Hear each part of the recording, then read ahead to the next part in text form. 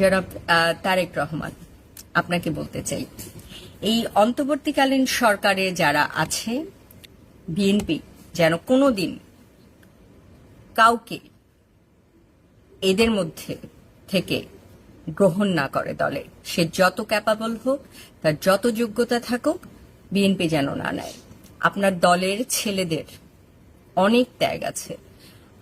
আপনাদের যেমন আপনারা কষ্ট করেছেন, আপনি আপনার ভাইয়ের জানাজায় আসতে পারেননি, আপনার অসুস্থ মায়ের পাশে দাঁড়াতে পারেননি, এইরকম আপনার দলের ছেলে মেয়েদের অনেক আত্মত্যাগ আছে, আপনার দলের কর্মীদের অনেক আত্মত্যাগ আছে। লোকের কোনো অভাব নেই।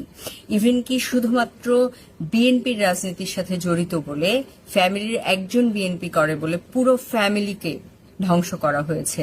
সেটা অর্থনৈতিকভাবে, শিক্ষার ক্ষেত্রে, সেটা সর্বক্ষেত্রে, সামাজিকভাবে, নানাভাবে। মির্জা ফখরুল ইসলাম আলমগীর তো একাধিকবার তার বক্তৃতায় কান্না করেছেন যে তার দলের ছেলেরা ঢাকা শহরে এসে রিক্সা চালাচ্ছে। সুতরাং এই ছেলেপেলেগুলোকে আপনার মূল্যায়ন করতে হবে, এই ছেলে মেয়েদেরকে আপনাকে অবশ্যই মূল্যায়ন করতে হবে। আপনার কাছে আমার বিনম্র অনুরোধ থাকবে, অন্তর্বর্তীকালীন সরকারে যারা যারা ছিল, যে পজিশনে ছিল, তাদের কাউকেই আপনি আপনার দলে, বিএনপি যদি কখনো ক্ষমতায় আসে, বিএনপি যদি নির্বাচিত হয়ে ক্ষমতায় আসতে পারে, আপনি আপনার দলের ছেলেদেরকে, আপনার দলের কর্মীদেরকে মূল্যায়ন করবেন।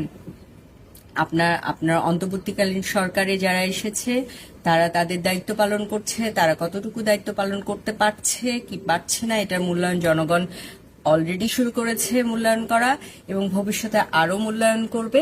আপনার কাছে শুধু আমার অনুরোধ থাকবে, আপনার দলের কর্মীদেরকে আপনি সুযোগ দেবেন কাজ করার। সেই সুযোগটা অন্য কেউ যেন না পায়। অন্য কেউ যেন আপনাদের হঠাৎ করে গাল ভরা প্রশংসা করে, দুদিন আগেও আপনার মাকে যারা জেলে দিয়েছিল, আপনাকে যারা বিরুদ্ধে যারা মামলা করেছিল, তাদের প্রশংসা করে বক্তব্য দিয়েছে, এখন তাদেরকে চোর বলে, এবং সেই সব লোক যেন আপনার দলে স্থান না পায়, সেটা আপনার কাছে আমার বিনম্র অনুরোধ থাকবে।